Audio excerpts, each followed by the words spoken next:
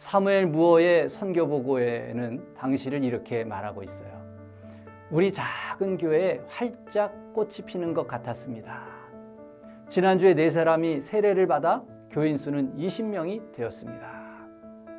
박성춘은 몇 주 동안 자신이 백정이라는 사실을 숨겨왔습니다. 사람 대접을 받으면서 사람답게 산다는 것이 무엇인지를 알려준 사무엘 무어의 돌봄이 한 사람 백정을 박성춘이란 이름으로 교회를 다니게 한 것이었습니다. 그런데 백정 박성춘이 이 곤단골 교회를 열심히 다니면서 문제가 발생했습니다. 바로 박성춘이 백정이라는 것이 알려진 것입니다.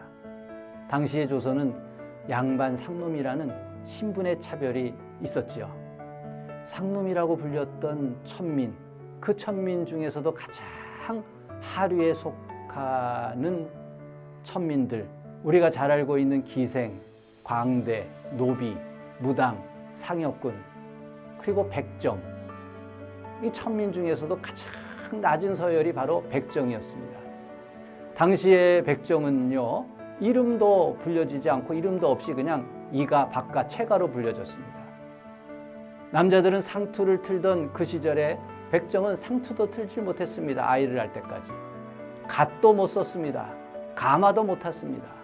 백정은 나이가 아무리 많아도 어린 양반 자제가 지나가면 고개를 숙여야 할 만큼 천대받던 시절이었습니다. 이러한 백정이 우리랑 같이 교회를 다닌다는 것을 알게 된 양반들은요, 이 백정과 같이 예배를 드릴 수 없다면서 사무엘 무어 선교사에게 백정을 이 교회에서 쫓아낼 것을 요청을 했습니다. 그 양반 중에 이런 얘기를 합니다. 우리가 귀천 분리의 많은 풍속을 포기하였기에 우리보다 한참 낮은 계층의 낮은 사람들과도 함께 앉는 것을 용납할 수는 있어. 하지만 백정을 교회로 들여서 함께 앉는 것은 도저히 참을 수 없어. 그리스도를 버리려는 것이 아니요. 그러나 이렇게 계속할 수는 없어이다.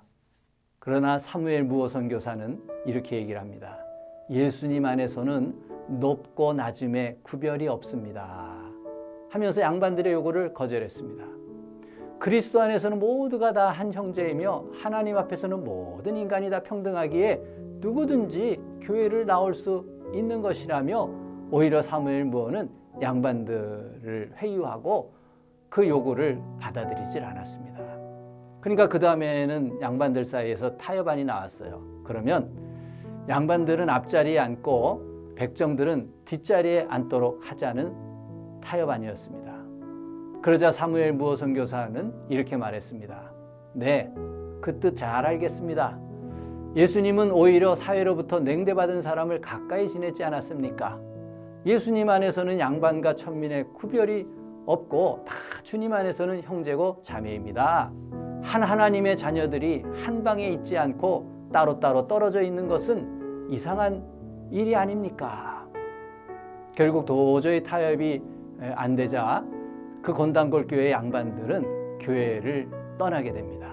그래서 그 곤단골 교회를 나와서 오늘날 광교 근처인 홍문석골에 교회를 열었어요. 덕분에 이 홍문석 교회는 우리나라 최초로 한국인들 양반들에 의해서 세워진 교회가 되었고, 그리고 목사 없이 평신도들이 운영하는 교회의 역사를 남기게 되었습니다. 곤단골 교회에서 양반들이 대거 빠져나가자 이제 그 교회는 썰렁해졌어요. 그 당시 기록을 보면 당시 교인 20여 명 중에서 15명이 나왔다고 할 정도니 가장 괴로움을 가졌던 사람은 바로 본인 박성춘이었습니다. 자기 때문에 교회가 무너지는 모습을 보고, 그리고 자기같이 천한 사람을 지켜준 사무엘 무어 선교사에게 감동이 되어서 이 백정 박성춘은 열심히 전도를 했습니다. 그런데 백정이 주로 전도한 사람은 자기와 같은 천민들이었죠.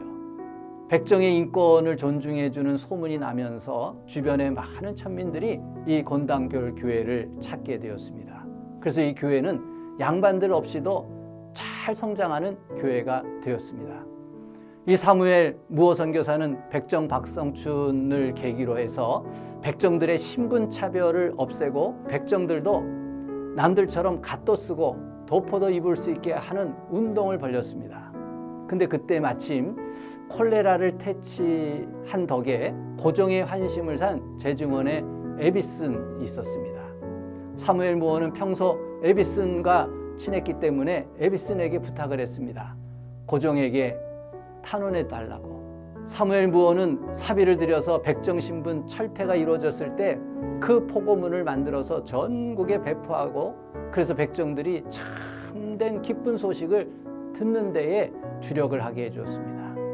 여러분, 그리스도 안에서 신분의 차별 없이 모두가 다 한 형제여 자매라는 이 사무엘 무어 선교사의 외침이 백정 한 사람 박성춘을 감동하게 되었고, 이 백정 박성춘은 독립협회의 만민공동회의 개막연설 강사로 서게 되어서 시민들 앞에서 연설하는 그러한 특권까지 누리게 되었고, 훗날 박성춘은 백정조합의 지도자가 되고 당시 전국 3만여 명 백정들에게 인권의 중요성과 복음을 전하는 성경에 나오는 아브라함과 같은 믿음의 조상이 되었습니다.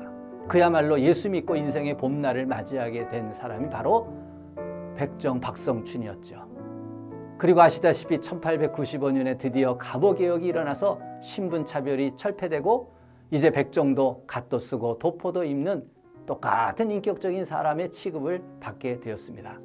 그리고는 신기하게도 곤단골 교회가 화재가 나서 막막해 할 때에 백정 싫다고 나간 양반들의 교회인 홍문석골 교회가 그 곤단골 교회를 서로 다시 화해하고 품고, 이때 바로 그 두 교회가 다시 합쳐져서 자리 잡은 승동의 교회가 오늘날 인사동에 있는 승동교회인 것입니다. 이 승동교회 역사를 보면은 왕족인 이재영이 출석을 하면서 그 이재영과 함께 왕족들, 그리고 천민들, 또 양반들, 백정들, 이것이 다 함께 어우러지는 교회가 되었다고 그래요. 더 재미난 것은 1911년에 그 승동교회에서 최초의 장로가 탄생했는데 그 사람이 바로 박성춘이었다고 합니다. 그리고 3년 뒤에 왕족인 이재영이 장로가 되었다고 그래요. 세상 천지에 왕족보다 양반보다 백정 출신 천민이 먼저 장로의 반열에 오르고도 아무런 문제가 되지 않는 이 기적 같은 신분의 평등이 이루어진 곳, 그것이 바로 교회였다고 하는 거예요. 역사에 보면은 사무엘 무어 선교사가 1898년 한 해 동안에 33명의 백정에게 세례를 주었다고 그러고, 백정 중에 132명이 그 교회를 출석했다고 합니다. 그래서 사무엘 무어에게 붙여진 말이 조선의 가장 낮은 자들의 친구, 그리고 곤단골 교회에 붙여진 별명이 백정교회였다는 것이에요.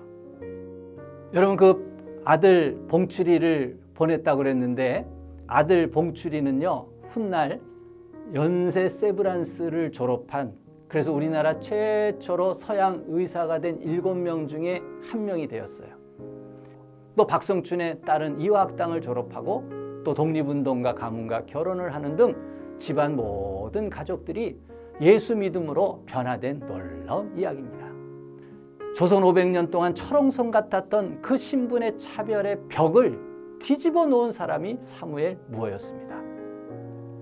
천대받던 백정의 친구가 되어지고 그 백정에게 인생의 봄을 맞게 해준 한 사람, 사무엘 포맨 무어.